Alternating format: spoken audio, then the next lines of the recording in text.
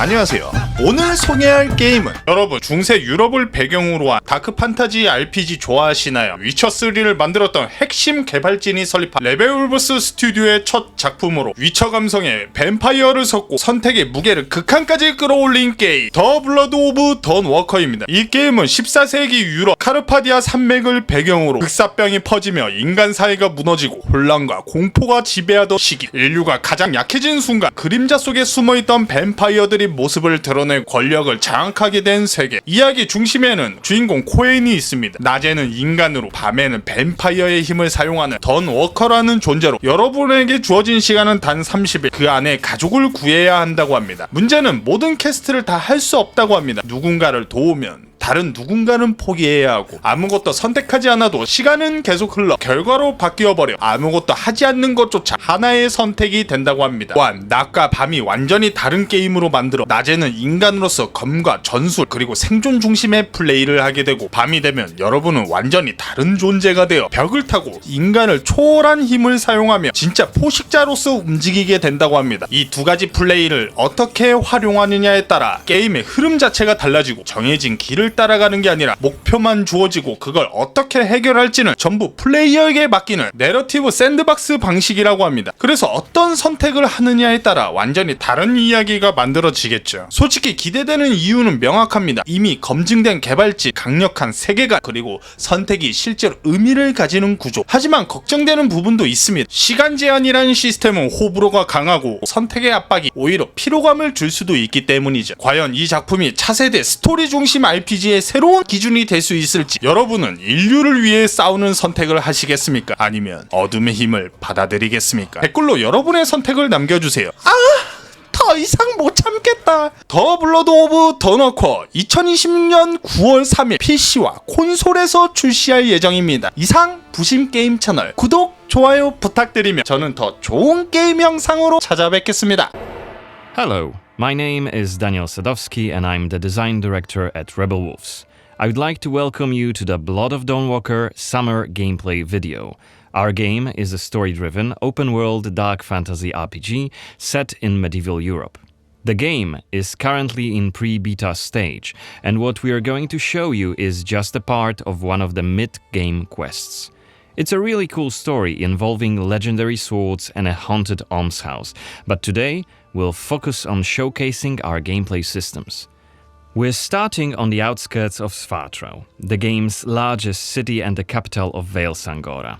From here, we could head anywhere the eye can see, explore ancient ruins or sabotage vampire blood transports. But it's not just about where or when you go. It's also about how you approach the main quest and shape the story, making each playthrough uniquely your own.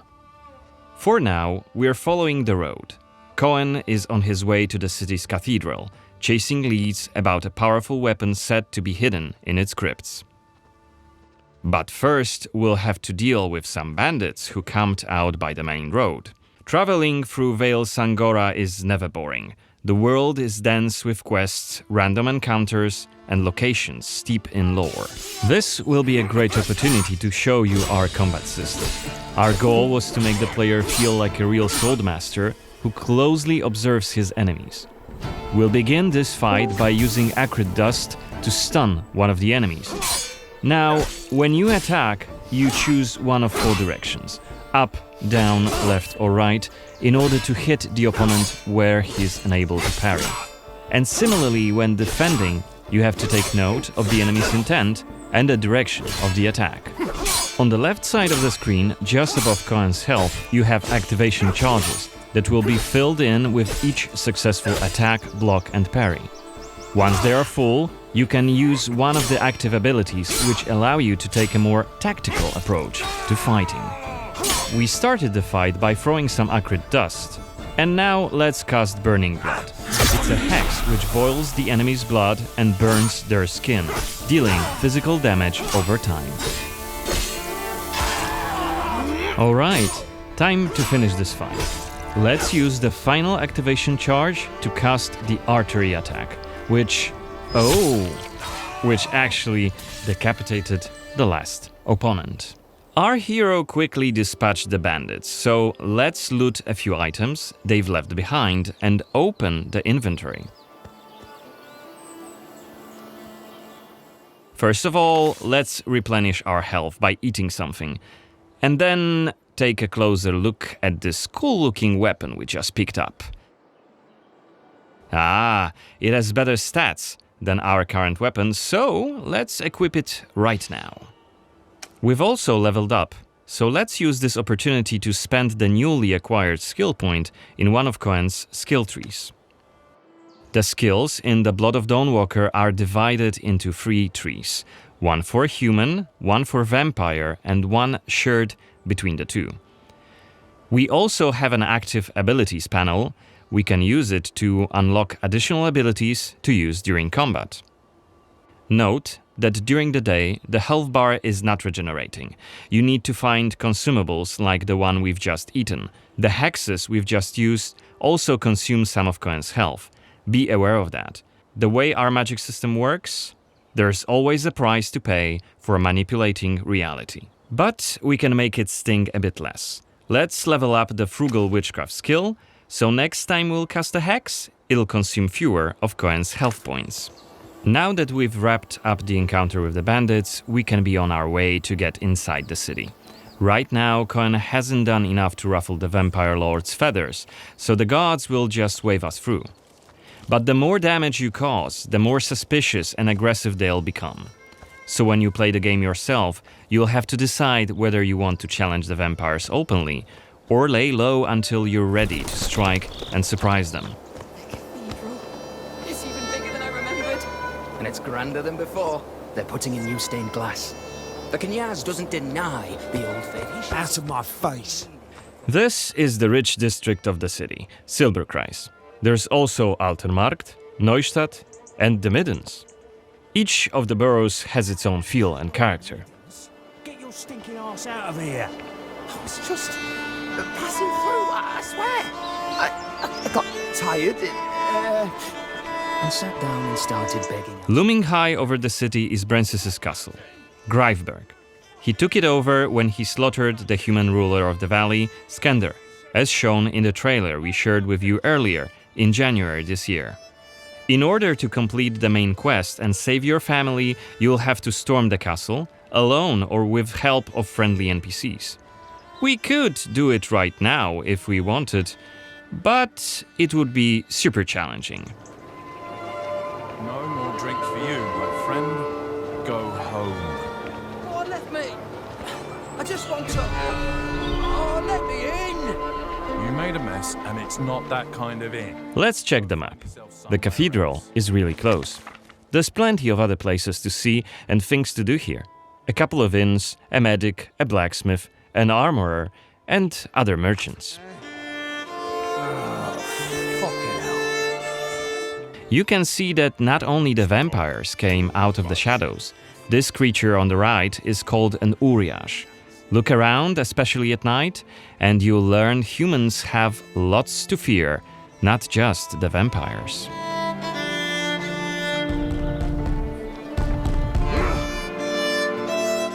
And here we can see guards pounding on some poor guy's doors. What is it about? Singing songs that mocked him and the faith. Who told you this nonsense? Was it Livia? It's just one of many different community scenes we're implementing in the game. Watch them closely when you play, as they might point you to new quests and hidden treasures, or signal changes in the game's world. Once again, I humbly beg of thee. I humbly... Ouch! I don't want to say it, Mum. It's a prayer. It's what we have to say. Go on. I humbly beg of thee, protect him. Okay, we are at the cathedral gates.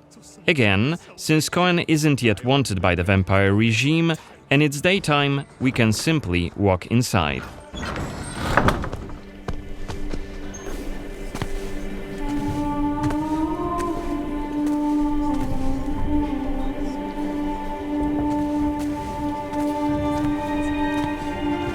baptism of a newborn is a solemn moment, doubly so. A new life joins our flock, bringing happiness to its parents and to the congregation. Natus ex sanguine est, alitur sanguine, et in sanguine morietur. Ego te baptizo in nomine Dei. Amen.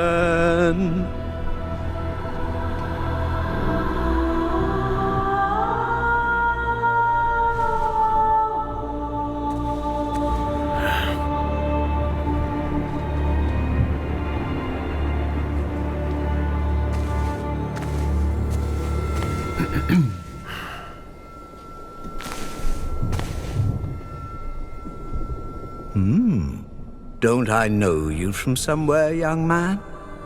Laslia, maybe? I'm sorry, but you must be mistaken. Am I? Perhaps. Perhaps. My memory isn't what it used to be. Come with me. I'll take your confession. Thank you, but I have no need for confession. Ah. So you deem your conscience clear? I wouldn't go that far. But I'm sure you're a busy man, Father.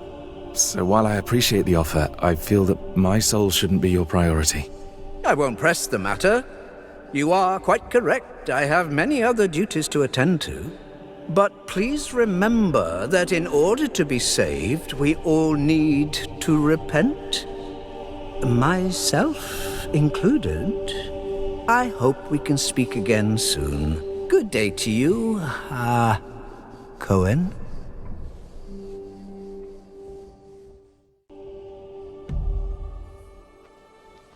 What we saw right here was just one of many cutscenes we recorded for the game, which smoothly transitioned into a dialogue scene. We use cutscenes to highlight key scenes or showcase interesting bits of lore. Like this blood baptism. Creepy, isn't it? The core feature of the Blood of Dawnwalker is the dual gameplay loop. Remember, Cohen may be a human during the day, but he turns into a vampire at night and has a different set of skills at his disposal. And this is just one variable that affects our quests. Depending on when you tackle a particular quest, what choices you've made earlier, whom you befriended, or whom you've angered, your gameplay and story experience will be very, very different. So each quest is a complex structure with multiple possible paths leading to the end goal.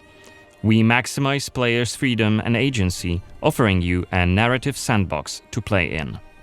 I wonder what secrets may be concealed up there, just beyond Cohen's reach. And how do we get there? It's impossible to do during the day, but come night, it's an entirely different story. Let us explain what we mean by taking our current quest as an example. During the day, we got inside the cathedral without any problems, since it's open for all to see and Cohen doesn't yet stand out from the crowd. The scaffolds, though, are outside of his reach. But climbing them won't be a problem for the vampire, who has many more exploration abilities at his disposal. Bear in mind, Cohen has not completed the quest yet. What's more, there are still a few clues to be found in order to solve this story. It's worth mentioning that narrative sandbox also means that we may completely abandon this quest and follow a different path to defeat Brensis. For today, we're focusing on the gameplay part, so let's see how we could tackle this particular quest during the night. We're starting right after dusk, as a vampire, on the rooftops of Svatro. Right now, we have 22 days left to complete this goal. This counter is always displayed and you'll be warned each time it's pushed forward. So you have to be aware of the time, and it's more of a resource you'll be spending than a racing clock. As a vampire, you'll see and experience the world from a different perspective. You can travel quickly and easily access places beyond the reach of regular humans. Let us show you what we mean. This is Shadow Step, a unique vampiric ability allowing Cohen to jump to almost any place within his reach. Now let's take a good look around using the focus mode. This ability highlights objects of interest and loot. And there is something right here. This time it's just some items to grab, but on other occasions, who knows, you might come across a hidden quest. Looks like our health is quite low. This is because, as a vampire, your health bar also represents your hunger level, and you start each night thirsting for blood. Remember, you have to quench this appetite in order to make full use of your vampire abilities, and rein in your monstrous nature around NPCs. Otherwise, you may end up draining someone important, which may lead to unpredictable consequences. We'd better feed then. Maybe on someone who is standing all alone. Like this drunkard.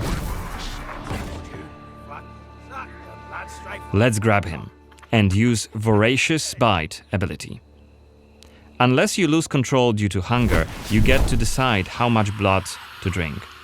You can drain just a bit and knock your victim unconscious, or go all the way and kill them. And if you're adamant you don't want to hurt innocent humans, you can drink from animals and some other creatures. Finally, we are at the cathedral, but it seems to be closed for the night, and the entrance gate is well guarded. Let's find another way in.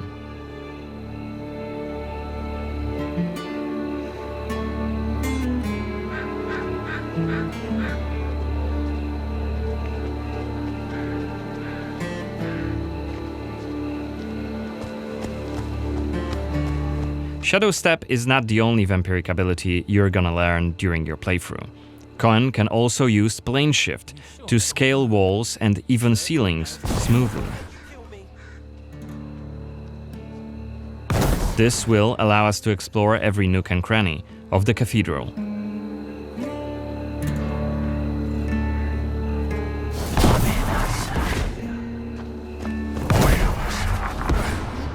Blood to blood. Better be quiet. You shall become Kenya's Is that Boyers Xanthe?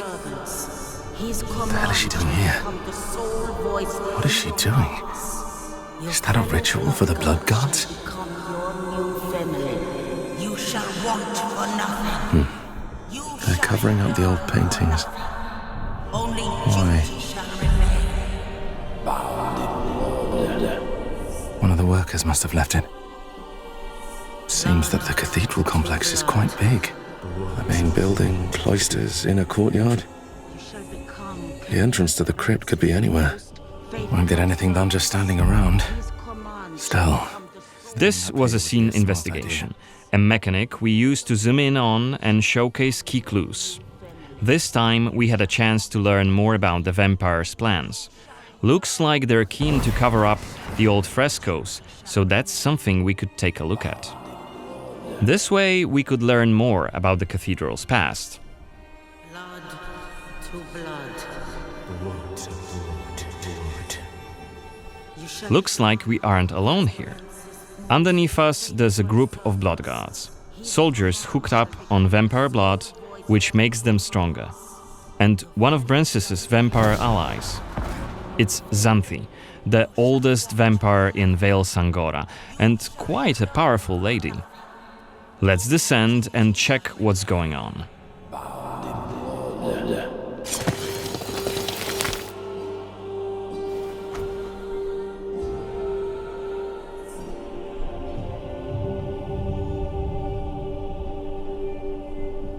Don't think I don't see you skulking in the shadows. Come out!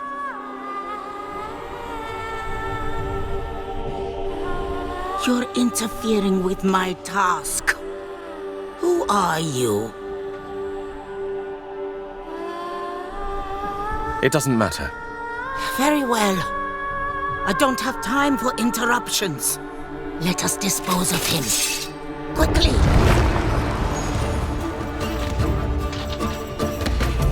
You've withstood it. Fascinating. Cohen is using his claws to attack when in vampire form. Bloodguards are dual-wielding opponents. Their attacks are pretty strong. Of course, even when fighting with claws, combat is still directional. Don't worry, Cohen can still use his sword as a vampire. You haven't lived long.